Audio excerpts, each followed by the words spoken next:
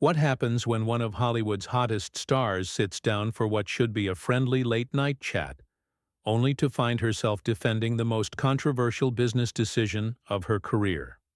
The tension in Studio 6B at El Capitan Entertainment Center was thick enough to cut with a knife as Sweeney settled into the guest chair across from Jimmy Kimmel.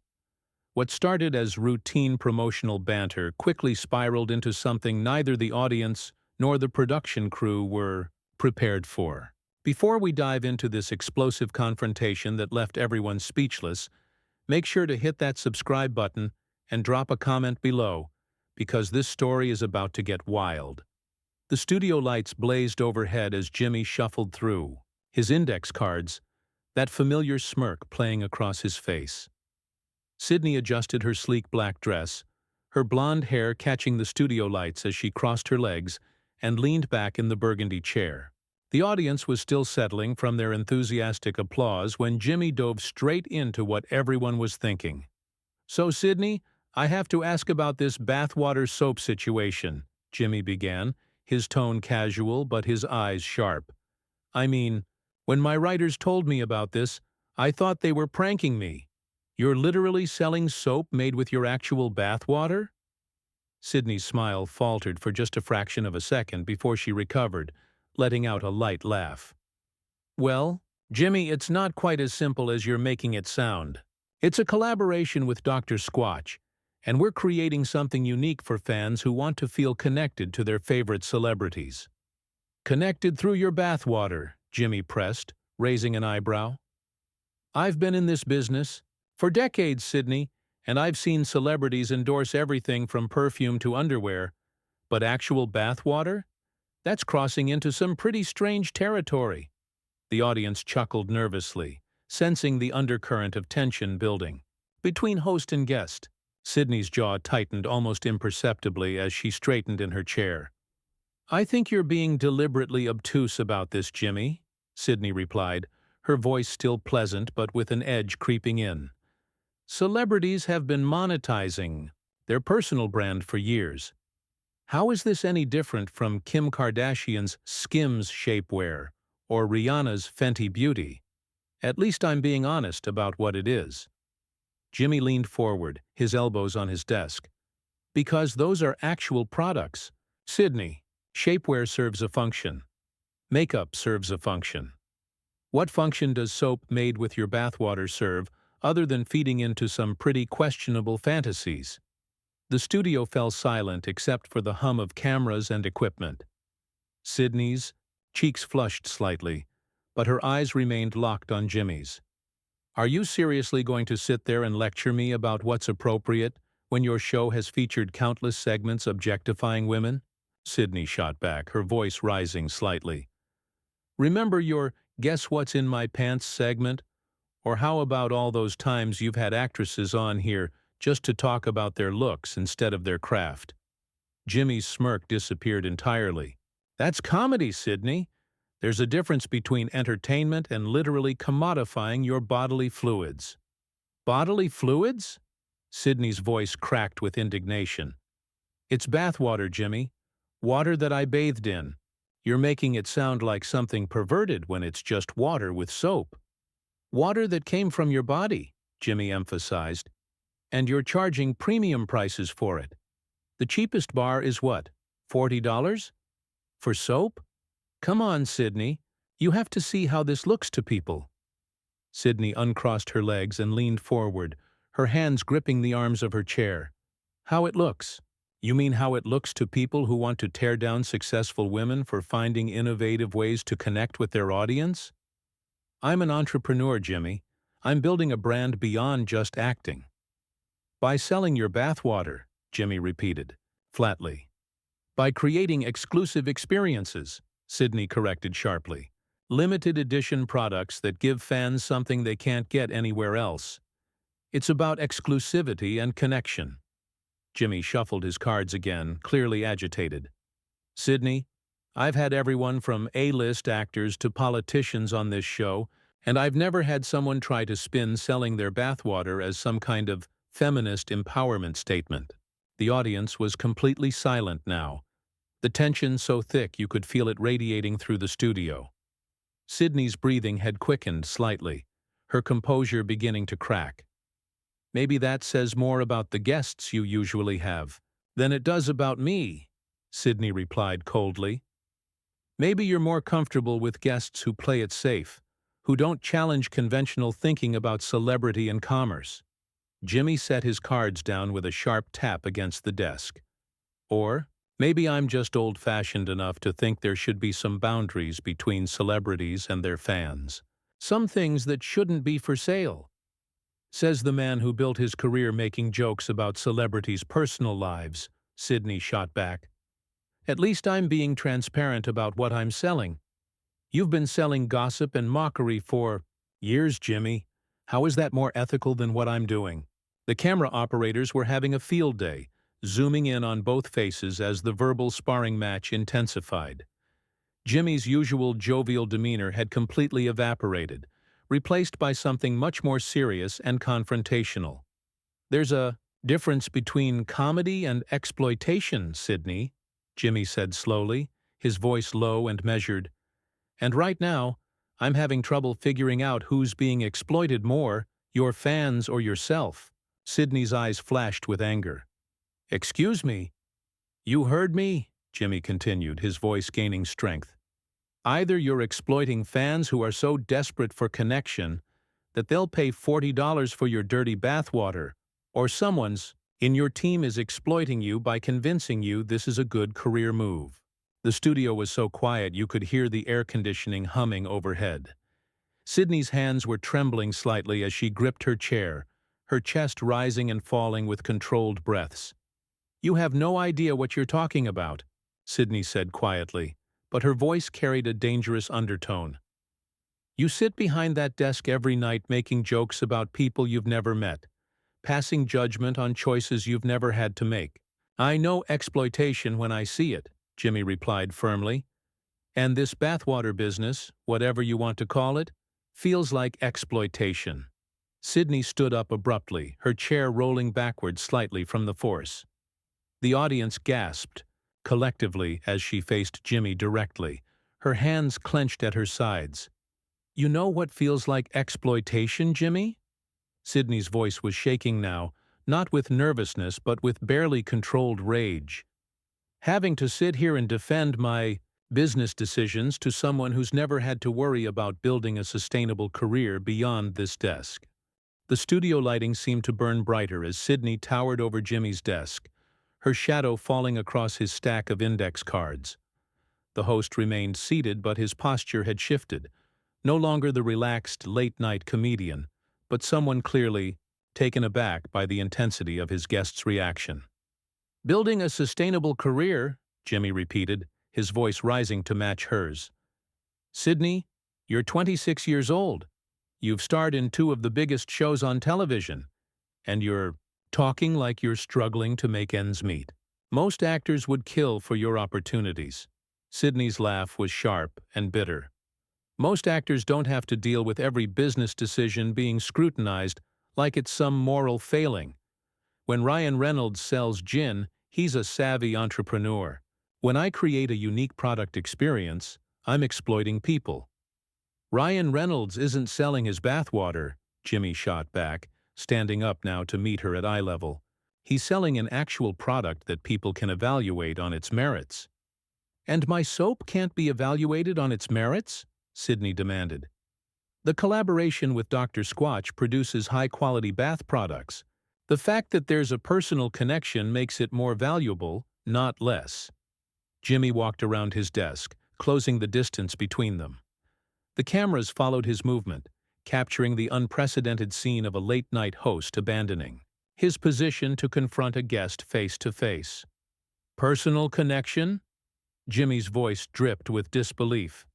"Sydney, you don't know these people. You're not personally connected to some stranger in Ohio who drops $40 on your bathwater. You're connected to their wallet."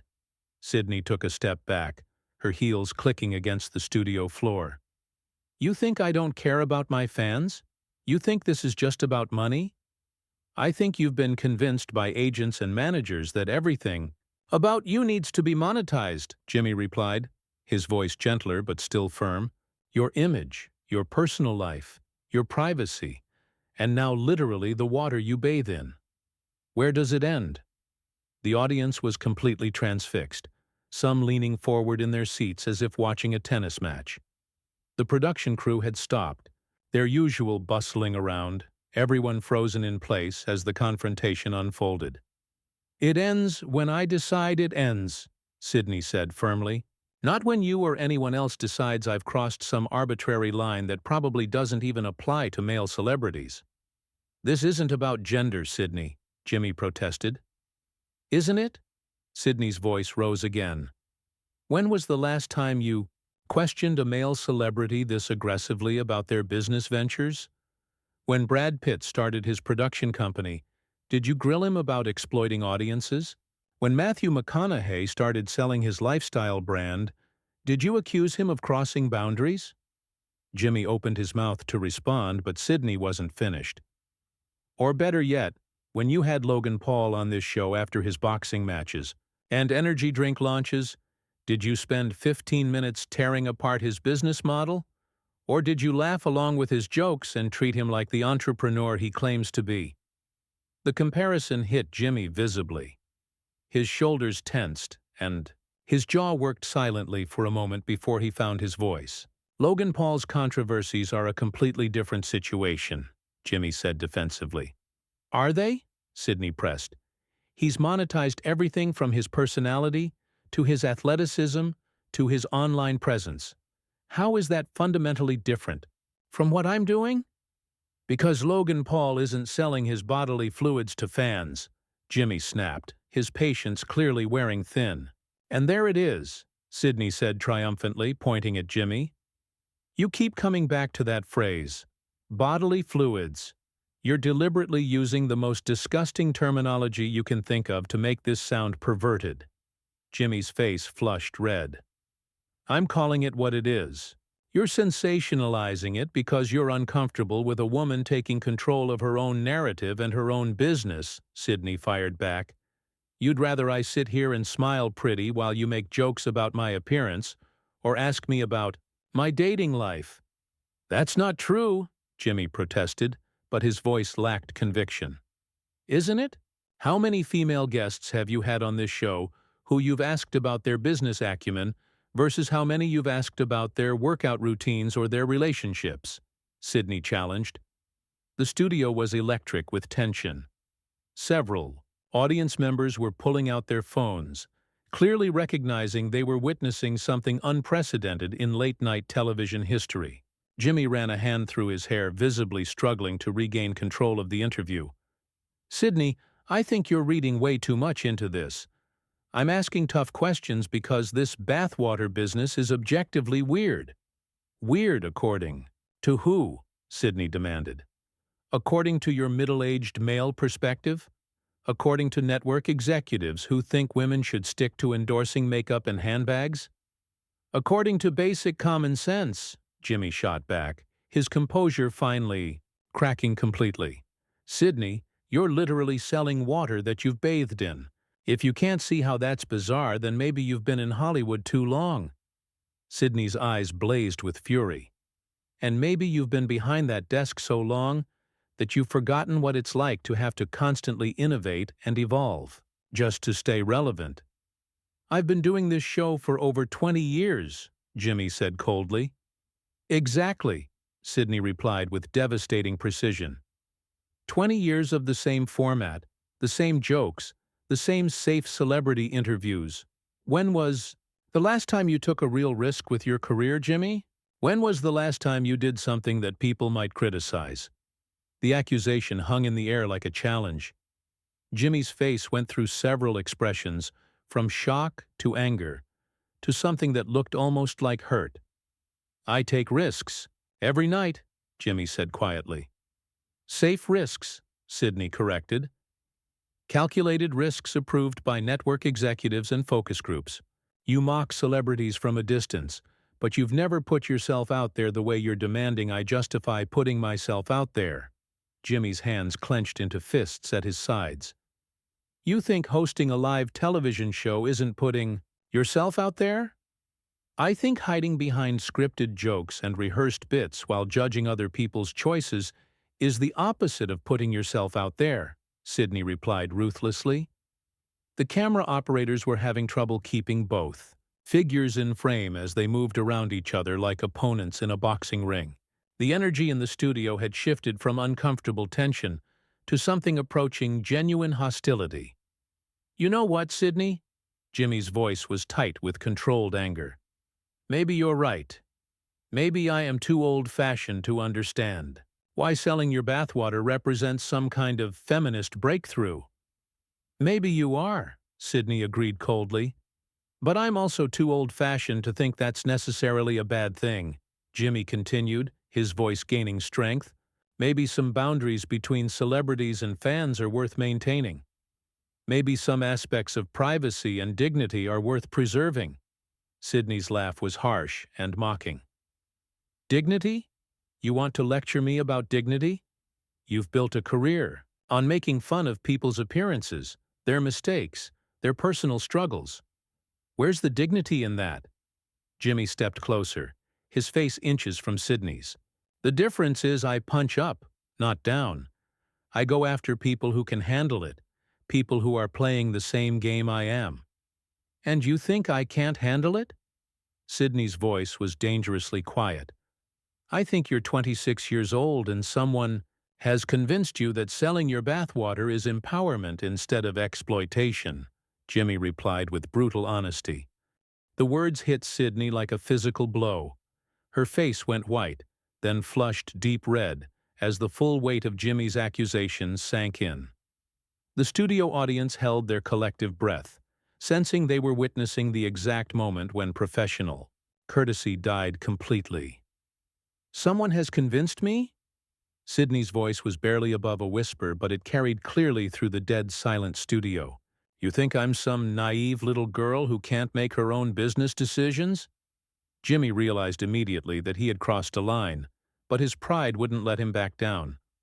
I think you're young and ambitious, and maybe not seeing the bigger picture of how this looks.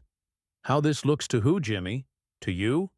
To your audience of middle-aged viewers who think women should stay in their lane? Sydney's voice was building to something explosive. Or maybe you think I should stick to taking my clothes off for HBO since that's apparently more dignified than entrepreneurship. The reference to her nude scenes in Euphoria and The White Lotus hit the studio like lightning. Several audience members gasped audibly and Jimmy's face went pale. That's not what I meant, Jimmy said quickly, but Sydney was beyond listening. Oh, but it is exactly what you meant, Sydney shot back, her voice now carrying clearly to every corner of the studio. It's fine for me to be naked on screen for your entertainment, but selling soap crosses some sacred boundary? You're perfectly comfortable watching me simulate sex acts for television, but bathwater is where you draw the moral line? Jimmy held up his hands in a gesture of surrender. Sydney, I think we should maybe take a breath here and— No, Sydney cut him off sharply.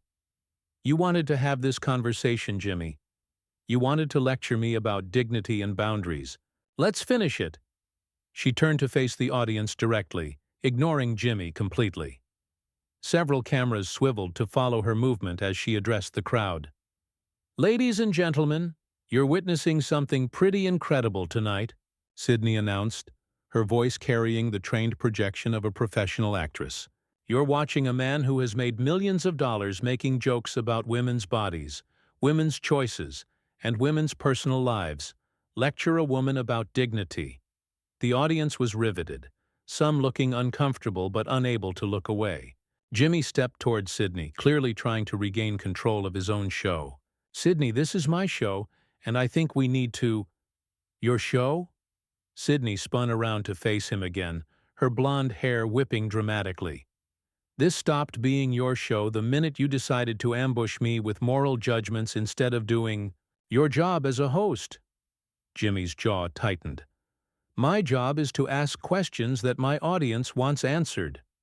Your job is to entertain people, not to tear down young women who threaten your outdated worldview, Sydney fired back. But you know what, Jimmy? You've actually done me a favor tonight." "How's that?" Jimmy asked, his voice dripping with sarcasm. "Because you've shown everyone exactly what I'm up against," Sydney replied, gesturing broadly to encompass the entire studio. "Every woman in entertainment faces men like you who think they have the right to police our choices, our bodies, our business decisions. You've just done it more publicly than most." Jimmy's face was now completely red. "I am not policing anything. I'm asking legitimate questions about a bizarre business decision." "Bizarre to you," Sydney emphasized, "but revolutionary to the women watching who see me taking complete control of my brand, my image, and my financial future without asking permission from gatekeepers like you." The camera operators were practically vibrating with excitement, capturing every angle of the unprecedented confrontation. This was already destined to become one of the most talked-about moments in late-night television history. "Sydney," Jimmy said, his voice now taking on a warning tone, "I think you need to sit down, and we need to move on to another topic." "Or what?" Sydney challenged, planting her feet firmly and crossing her arms. "You'll kick me off your show? Go ahead, Jimmy. Prove my point about how men in power respond when women don't behave the way they expect." Jimmy looked toward his producers in the wings, clearly seeking guidance for a situation no late-night host had ever faced before. The red light on camera 2 was blinking frantically as the director tried to signal something to Jimmy. "You know, what, Sydney?" Jimmy's voice had gone cold and professional. "I think that's exactly what needs to happen here." The studio erupted in shocked murmurs from the audience. Sydney's eyes lit up with a mixture of triumph and fury. "There it is," she said loudly, addressing the audience again. "The moment a woman fights back, she gets silenced. This is how the game works, everyone. Remember this." Jimmy motioned to someone off camera. "We're going to take a commercial break, and when we come back, we'll have our musical guest." "No commercial break, Jimmy," Sydney called out, her voice carrying over his. "Let's finish this right now, in front of everyone." Security personnel were now visible at the edges of the stage, though they remained at a distance, clearly unsure how to handle the situation. Jimmy looked desperate to regain control. "Sydney, you need to leave the stage now," Jimmy said firmly, his host persona completely abandoned. "Make me," Sydney replied defiantly. The challenge hung in the air like a gauntlet thrown down. Jimmy stared at Sydney for what felt like an eternity before nodding to someone in the wings. "Get her out of here," Jimmy said quietly, but the studio microphones picked up every word. 2 security guards approached the stage cautiously. Sydney looked at them, then back at Jimmy, her expression shifting from defiance to something like pity. "This is really how you want this to end, Jimmy? With security escorting me out because I wouldn't sit quietly while you attacked my character?"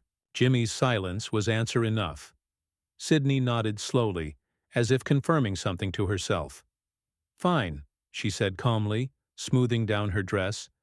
"But just so we're all clear about what happened here tonight, I came on this show to promote my upcoming projects and talk about my career. Instead, I was subjected to a 20-minute interrogation about my business choices by a man who thinks women should stay in their assigned roles." She turned to the audience one final time. "To everyone watching at home, especially the young women, remember this moment. Remember that when you try to build something outside the approved script, you'll face people like Jimmy who think they have the right to tear you down." The security guards had reached the stage but hadn't touched her yet, clearly hoping she would leave voluntarily. Sydney picked up her purse from beside the guest chair and slung it over her shoulder. "I'll walk myself out," she announced. "But Jimmy, when your ratings drop because people get tired of watching you bully your guests, remember this conversation." She strode toward the stage exit with her head held high, her heels clicking authoritatively against the floor. As she reached the edge of the stage, she turned back one last time. "And to everyone else, Sydney's Bathwater Bliss is available now at Dr. Squatch's website," she called out with a brilliant smile. "Use the code DIGNITY for 20% off." With that, Sweeney walked off the Jimmy Kimmel live stage, leaving behind a stunned audience, a speechless host, and what would undoubtedly become one of the most controversial moments in late-night television history. Jimmy stood alone in the center of his stage, looking around at the chaos he had helped create. The audience was buzzing with confused energy, cameras were still rolling, and somewhere in the wings, producers were probably having heart attacks about what had just transpired. What started as a routine celebrity interview had exploded into something unprecedented, raw, and completely unscripted. And as the dust settled in Studio 6B, one thing was crystal clear. Late-night television would never be quite the same again. So what do you think? Was Sydney right to stand up for herself, or did she go too far? Drop your thoughts in the comments below, and don't forget to subscribe for more stories that dive deep into the moments that define our culture. What other celebrity confrontations would you like to see us cover next?